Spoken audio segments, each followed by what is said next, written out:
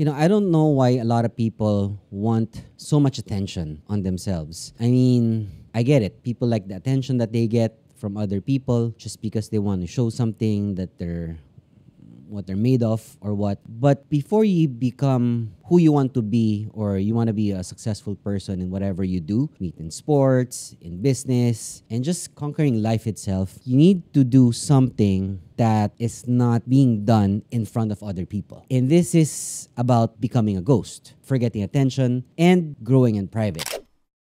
In this episode, we're gonna talk about 12 rules to become unstoppable. But really, it's things that you can do in private. I know there's a saying by a basketball player. I don't know who said it before. You've seen me do all those game-winning shots time and time again, right? But you've never seen me do those things behind the scenes a million times. For him to do it effortlessly, like how Michael Jordan did it, how Kobe Bryant did it, how LeBron James does it, they do practice things in private, maybe with a trainer or maybe on their own. They do a lot of things behind the camera or behind people's eyes that we don't see. So these are 12 things that you should be doing without any attention at all, even if you have a lot of social media attention on you. You ready? Let's do this.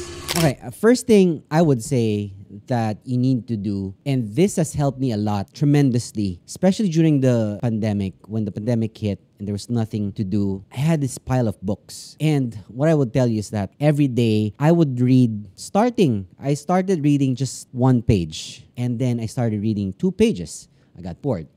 That 2 pages became 5, then became 10. Next thing you know, I'm reading 500 pages morning and night. First thing and last thing I do, because there was nothing else to do. You're just stuck at home. But every day starts with 1 page. For you to start a habit, you should start reading, I would say, 1 page, then succeed to 2, to 3, to 5, 10, until you get to 20 pages. I think 20 pages is really the starting point of a real serious readers. So book readers have the highest ROI in the world because it's something that cannot be taken away from you. So number 1, read your books, guys. And make sure not to ask people for recommendations about what books to read. Number 2 thing you have to do in private is you want to set your boundaries with others. And this is something you don't need to announce to everyone. Like, hey, you can't talk to me that way anymore and stuff like that. No, it's just removing them in silence. They will notice, or maybe not, but people will take advantage of your kindness. Especially the more you grow, people will always take advantage of how kind you are as a person. So number 2, set boundaries with others. Those that interfere with your personal boundaries or space, create that boundary for yourself. Number 3, don't take anything personally. One thing I learned, like from another episode, which we'll show here, maybe a link here, for Succession, TV series Succession, one of my favorite series of all time, is that the Roy family never took anything personally. When someone said F you to them, they would just smile or laugh it off. And they would still do billions of business with this person. They never took things personal when someone said an F you word or curse word at them or, insulted them. They never get insulted. Instead, you want to work hard to correct it and demonstrate people who you are. You don't want to tell people, oh, I'm a changed person. No, you don't want to tell people you're a changed person. You show it to them. So the moment I switched from being Mr. Soul Slam to being Coach Antonio, people had eyebrows raised, like, who the F are you to change something that you're not? People will judge you from your past, and that's okay, right? So number 3, don't take anything personally. It's fine. I tell you that. It's fine. No one cares. Number 4 is have a good circle of friends. I'm not saying have 1 friend, 2 friends, 5 friends, 10 friends. It doesn't matter. What I'm saying is your innermost circle has to be really tight. If that tightness is just considering 1 person, so be it. If that tightness is being with 10 people, sure. Lucky you, right? It doesn't matter, but have a good circle of friends because our future is determined by who we spend the most time with. So it's just like the saying, if you hang out with 5 losers, you become the 6th loser. You hang out with 5 winners, guess what? You have a chance to be a winner too, right? Number 5, don't wait for that perfect moment. There is no perfect moment. Anything that I started, I lost something and I didn't want to do something. Like when I started the brand Wholesome back then, I lost my job. Not a great starting point, right? because I don't have money to begin with and stuff like that, yada, yada, yada. But don't make excuses for yourself. Don't wait for the perfect time to start. Yesterday was the perfect time. The next best time is today. There is no such thing as an ideal time. We only have now. Time is short, but also time is long. Depends on how you see it. Successful people always see glass half full, not half empty. People who are not successful will always see a glass half empty. Like you see a glass, oh, someone drank water from the glass. Nope. You always see it as an opportunity that you can fill it up. Right? Make sense? Let me know in the comment section. All right, moving on to number 6 is that you want to work hard and stay motivated with your ambitions. Most people will not understand your vision, and that's fine. Like I remember when I told my wife I want to start this thing called Soul Slam back then, and she said, who's going to attend that event? No one. I don't know one person who collects shoes. That's what she told me. We had that conversation, and she said, you're crazy. No one's going to go there to your event, and we're just going to waste our wedding money that we gathered and start that event. And I said, trust me, it's okay. People will not see always your vision, but it's up to you to demonstrate that vision to people and then get the people that believe in your vision. The thing is, people should see your ambitions, not your addictions. Look at the ambitions of people and how high it is rather than whatever their addictions is. Like you don't ask someone, oh, what is it that you're doing a lot most of the time? Oh, yeah, Netflix and chill, hanging out in the mall, checking my phone always and stuff like those. No. You want to see what their visions are, what they see for their future. The people who are called the visionaries, right? Those are the people that are the real visionaries. They're the real genius because they can see clearly. They're like, what's the word again? Clairvoyant. So that's number 6. Work hard and stay motivated. And if you can't get motivated, be disciplined, right? Discipline will always be better than being motivated. Discipline, motivation. All right, number 7 thing that you can do in private, and it's kind of weird because I say in private, but because this is something in public, but people won't know, right? Because you're doing it. Get to know new individuals. I always stress this a lot. I like meeting new people. My goal back then, 2011, was to meet at least one new interesting person every week. Make it a goal to meet at least one person that's interesting for you. At least a week. Make it the habit. You'll go places you never thought possible thanks to networking. Like, I've been to so many countries all over the world because of people I've met just recently. Like, you could meet someone today, and in a week, you're on your way to another country. It's that crazy. And it's not crazy because that person will probably open a door for you or a window because someone closed an opportunity for you. And that's really possible. You don't believe it?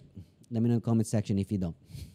It's fine. Number 8 is one of my favorite things that I do now every day religiously. It's exercise daily and eating healthy. I don't want to tell you what to do really because all the information really is out there. If you're really interested in getting healthy and fit, just go to Google or ask a doctor, befriend or meet someone, a new individual that is, for example, good and healthy, right? Who lifts weights, perhaps, who runs, right? Who does CrossFit, whatever. You are the best possible version of yourself when you eat healthy and you have a healthy lifestyle for yourself. Like me, I've been doing daily steps. I'm now up to 12,000 steps every day, but I feel like I'm ready to jump to the next one, which is 15,000. But I never did that until I started doing 6,000 steps.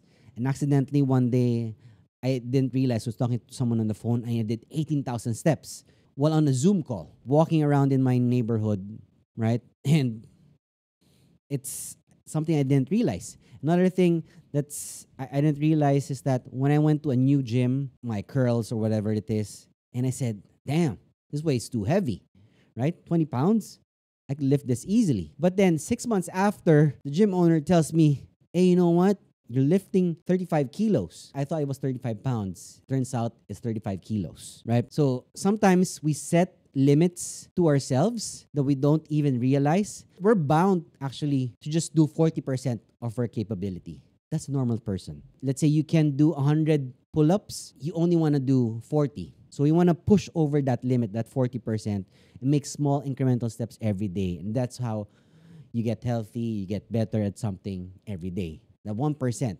Today, 41, next day, 42. Next thing you know, it's easy for you, right? Everyone starts out as a beginner. Don't forget that. All right. Number 9, another of my favorite thing to do in private, which is sleep. I don't know if I've slept in public, maybe in public transportation, on a plane. Yeah. But really, sleep, right? Sleep for at least 7 to 9 hours every day, people. And if you can, I know this gives a lot of people anxiety. I talk to people a lot about this, but wear a smartwatch when you're sleeping. You would realize the times you were awake, that you're sleeping, your core sleep, and what we call the REM, or rapid eye movement, wherein your eyes are moving really, really fast when it's closed. It can detect your eye movements and the times that you are really in a deep sleep. It's good to know how long you're actually sleeping, because sleeping increases your mood for that day and your mental strength. You know those addicts that don't sleep, right? They take drugs and they don't sleep for 48 hours. What happens to them? They go cuckoo, right? They go crazy, right? What do? They kill people or say nasty things or whatever, right? Because they're not in the right mind. Their mood is horrible. Why do I want to be awake again for 48 hours anyway? That's just suicide, right? Remember the times that I was sleeping in a day for 3 hours and I felt like I was Superman. Well, that was in my 20s. And now I regret it in my 40s. You know, I'm 41. I could look 23 if I knew in my 20s I should be sleeping 7 to 9 hours a day and living my best life for those 16 hours that I'm awake. Trust me, it will change your life if you're able to sleep 7 to 9 hours. You know, the biggest flex, really, it's not owning things. It's not owning a house, a big car, and have like that, anything. It's being able to take a normal sleep or take a nap whenever you want to, whenever you can. That's a bigger flex than whatever thing you have on you. Number 10, this is something I've done in my other videos, but make a morning routine to help you become more productive. Don't go to the next day, to your morning, thinking, what am I supposed to do today? Subconsciously thinking and asking yourself, what am I going to do today? Oh, what am I going to eat? Which is way worse, right? Thinking of the food that you're going to eat when you wake up is one of the worst things you can think about. That's why the first thing that I do when I wake up is that I walk, clear my thoughts. I walk. It's one thing I change in my daily ritual. Walking was something I did in the afternoon. Now it's something I do first. And then I read an audiobook. And then after that, I do everything else. Make a morning routine that works for you. And if you don't do it the next day, try to do it again the following days. Make it a routine. Make it as boring as it is, because it doesn't have to be spontaneous. Life happens to you spontaneously. That's fine. But the things that you should be doing for yourself to get better is something that needs to be done as boring as taking a 30-minute walk every morning upon waking up, or eating 3 egg whites with one yolk, or drinking your protein shake upon waking up. Whatever it is, have a good routine that helps you, your mind, your soul, and your body. Number 11, develop skills that would pay you, I would say, something to a starting point of, let's say, 10,000 pesos a week. If you're making more than 10,000 a week, fine, forget it. But if you're not, think of developing a skill for you. And it's something I did during the pandemic, right? Developing a skill, which is in marketing and sales. I learned a lot about marketing, sales, and branding during the pandemic. And I developed that skills in different ways. So it helped me start off by making this much, 10,000 pesos, until it jumped from 25 to 50 and so on and so forth. So there's levels to it, right? Start with something small that you don't accomplish regularly. If you have a job, that's fine. I'm talking about, I don't want to call it side hustle, but the second resource of income. Because your work is your 9 to 5, that's your primary source, and you can do something from 6 to 10, whatever it is, that's your second thing. Maybe have a third, fourth, fifth, and so on and so forth. You want to create your future now, not tomorrow. Develop a skill that you enjoy doing. I enjoy marketing, sales, and branding. That's my thing. Right? It may not be for you. So I'm not going to tell you to do what I do in terms of how I make money. They call it passive income. I don't think income is income for me. If I get 1 peso in my account, that's income. If I get $1 million in my account, that's income. Okay? Don't say it's passive or what have you.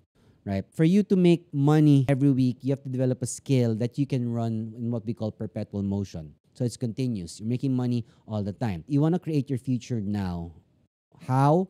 by developing a skill that you can be good at so that people will pay you for that skill. And that skill is infinite. What's inside my brain, if someone consults me for a business or whatever it is, or for branding, it's infinite. I have infinite ideas. I can give you a million ideas right now. And at the end of the day, if you don't execute it, nothing will happen, right? But for those things that I know and I share to people, it's worth something. It's worth something for them. So that idea is what I get paid for. Does that make sense? If it doesn't, let me know in the comments. Maybe I can help you with that. Right. And moving on to number 12, which is connected to number 11, is to never rely on your 9 to 5. This is your 9 to 5. Holding the phone. The phone is you. This is your life. It's unstable, right? If someone pushes me, the phone falls. It's because I'm relying on one source of income. Now I have two. Someone pushes me while I'm running, it can fall, right? I have three sources of income. Much easier now. 4, 5. You get my point, right? This one's holding you. If you have 5 sources of income, it's harder. Just like a waiter holding a tray, right? Imagine a waiter holding it with one hand, with one finger, right? Filled with glasses. The glasses are your life. Holding it. If it falls, it breaks, you're gone. You're done. You're dead. You have nothing. You'll end up asking people for money and whatever it is.